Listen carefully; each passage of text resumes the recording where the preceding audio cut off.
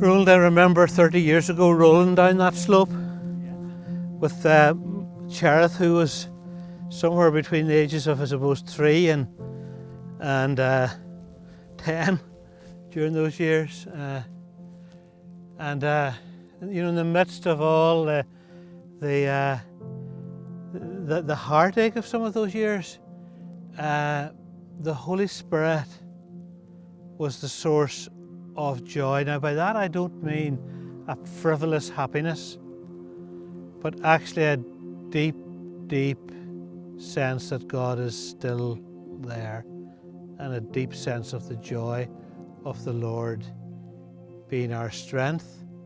And I used to watch Cherith roll down this hill, and it always reminded me of how God gives joy and how He's the joy giver. And I suppose over the years, we experience that in different ways, don't we? We experience that as we sit under His Word, and as just the life of His Word strengthens us and imparts joy in itself.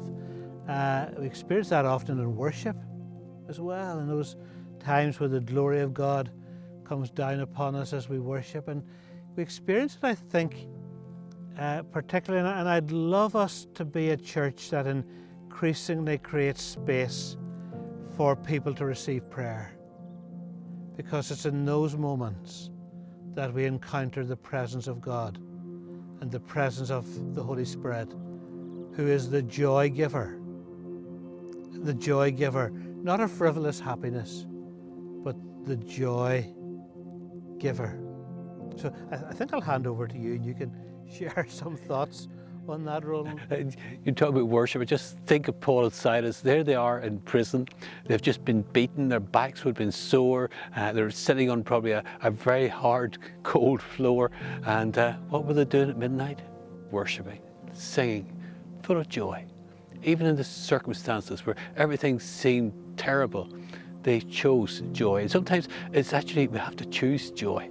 We have to take it for ourselves. And you're right, that's one of the things the Holy Spirit does. It brings joy.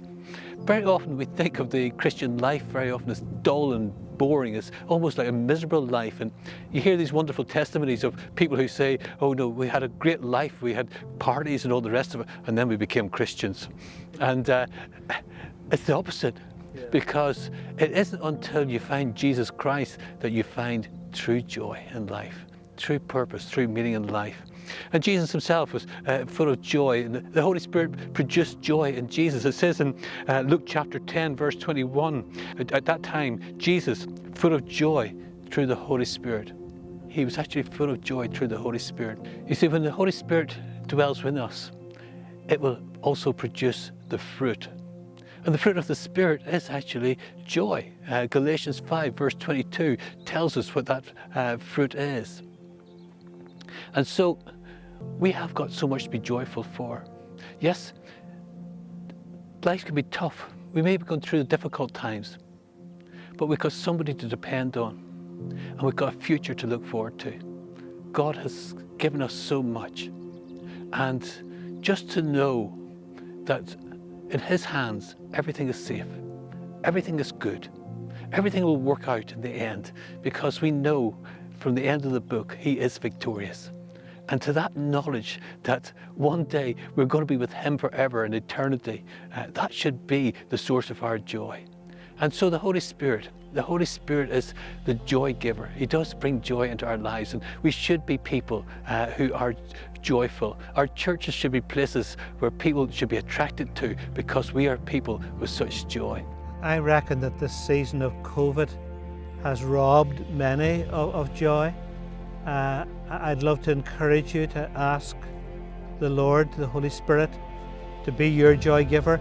And actually, I think that many of us would find it really, really helpful to join with John and Ann Coles next Saturday, whenever they're going to be just doing some teaching on the person of the Holy Spirit and providing space where safely online there will be the opportunity for the presence of God to fall and for God to be to you the joy giver. So seek after the joy of the Lord, and let the joy of the Lord be your strength.